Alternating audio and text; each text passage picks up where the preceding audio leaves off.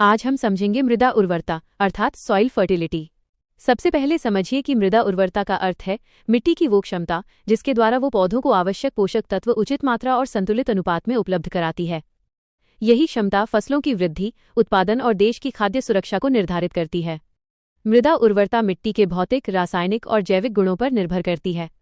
ध्यान रखें कि मृदा उर्वरता और मृदा उत्पादकता अलग अलग हैं।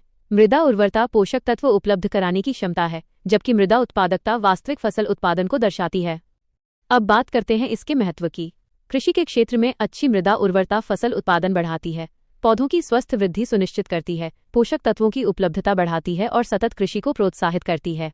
वहीं पर्यावरण की दृष्टि से ये जैव विविधता का संरक्षण, कार्बन भंडारण, भूमि क्षरण में कमी और पारिस्थितिक संतुलन बनाए रखने में महत्वपूर्ण भूमिका निभाती है। मृदा उर्वरता को प्रभावित करने वाले कारकों को दो भागों में बांटा जाता है। प्राकृतिक कारकों में मूल शैल, जलवायु, वर्षा, मृदा की बनावट और संरचना, मृदा पीएच, ह्यूमस, सूक्ष्मजीव, स्थलाकृति तथा जल निकास शामिल हैं। जबकि मानवीय कारकों में रासायनिक उर्वरकों का अत्यधिक उपयोग, अतिचराई, वनों की कटाई, मृदा अपरदन, अनुचित सिंचाई तथा कीटनाशकों का अत्यधिक प्रयोग प्रमुख हैं। अब समझिए पौधों के आवश्यक पोषक तत्व। प्राथमिक पोषक तत्व हैं नाइट्रोजन, जो पत्तियों की वृद्धि के लिए आवश्यक है, फास्फोरस, जो जड़ों के विकास में सहायक है, तथा पोटाश, जो पौधों की रोग प्रतिरोधक क्षमता बढ़ाता है। द्वितीयक पोषक तत्व हैं कैल्शियम, मैग्नीशियम और सल्फर। वहीं सूक्ष्म पोषक तत्वों में zinc, iron, boron, copper, manganese और मॉलिब्डेनम शामिल हैं। मृदा उर्वरता बढ़ाने के लिए फार्मयार्ड मैन्योर अर्थात गोबर की खाद, कंपोस्ट, ग्रीन मैन्योर, दलहनी फसलों के साथ फसल चक्र, संतुलित उर्वरक उपयोग, जैव उर्वरक, इंटीग्रेटेड न्यूट्रिएंट मैनेजमेंट, जैविक खेती, मृदा संरक्षण उपाय और उचित मृदा पीएच बनाए रखना आवश्यक है। भारत सरकार भी कई योजनाओं के माध्यम से मृदा स्वास्थ्य को बढ़ावा दे रही है।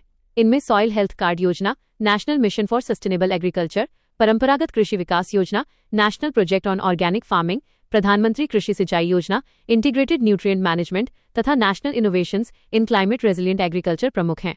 हालांकि आज मृदा उर्वरता के सामने कई चुनौतियां हैं, जैसे मृदा अपरदन, पोषक तत्वों की कमी, लवणीयता, क्षारीयता, अम्लीयता, जलभराव, रासायनिक उर्वरकों का अत्यधिक उपयोग तथा जलवायु परिवर्तन।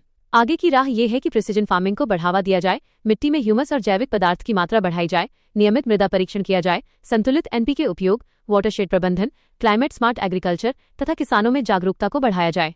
यूपीएससी के लिए महत्वपूर्ण तथ्य। ह्यूमस मृदा उर्वरता बढ़ाता है। दलहनी फसलें प्राकृतिक रूप से नाइट्रोजन स्थिरीकरण करती हैं। सॉइल हेल्थ कार्ड योजना का शुभारंभ 2015 में हुआ। सतत कृषि के लिए एनपीके का संतुलित उपयोग अत्यंत आवश्यक माना जाता है। निष्कर्ष, मृदा उर्वरता केवल कृषि उत्पादन का आधार नहीं है, बल्कि खाद्य सुरक्षा, पर्यावरण संरक्षण, जलवायु परिवर्तन से मुकाबला और सतत विकास की भी